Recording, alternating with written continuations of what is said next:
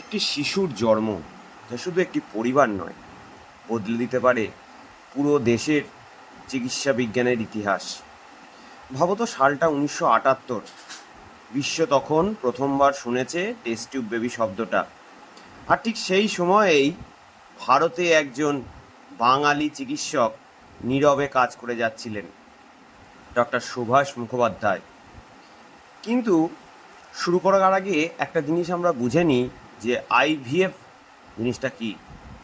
IVF বা in vitro fertilisation মানে খুব সহজভাবে বললে শরীরের বাইরে নিষেক প্রক্রিয়া, অর্থাৎ ডিম্বাণু আর শুক্রাণুকে ল্যাবে একসাথে করা হয় এবং সেখানেই ভ্রূণ তৈরি হয় এবং তারপর সেটিকে মায়ের গর্ভে প্রতিস্থাপন করা হয়।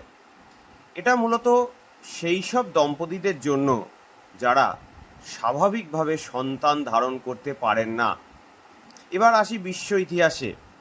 1978 সাল, ইংল্যান্ডে জন্ম নেয় বিশ্বের প্রথম আইভিএফ বেবি, লুইস ব্রাউন।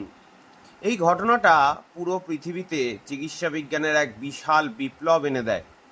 ঠিক সেই একই সময়ে কলকাতায় কাজ করছিলেন ডক্টর সুভাষ মুখোপাধ্যায়।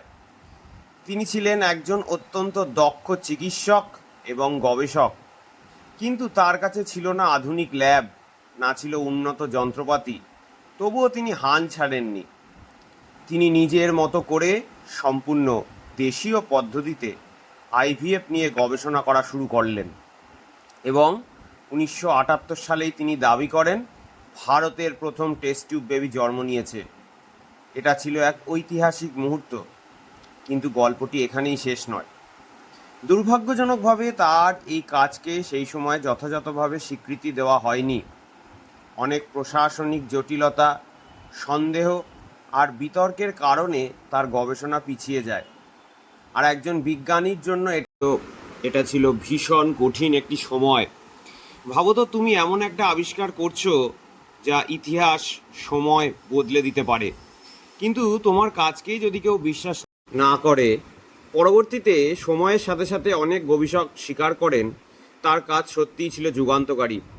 আজ ডক্টর সুভাষ মুখোপাধ্যায়কে আমরা দেখি ভারতের আইভিএফ গবেষণার একজন অগ্রদূত হিসাবে।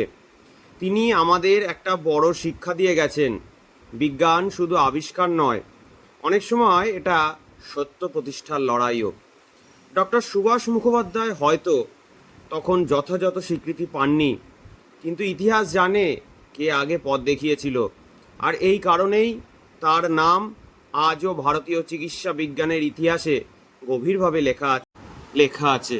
যদি তোমরা এমন আরও বিজ্ঞান, ইতিহাস, ফ্যাক্টস আর ইন্সপিরেশনাল স্টোরি জানতে চাও, তাহলে চ্যানেলটিকে ফলো করতে ভুলো না, কারণ সত্যি গল্পগুলোই আমাদের চিন্তাভাবনা বদলে দেয়।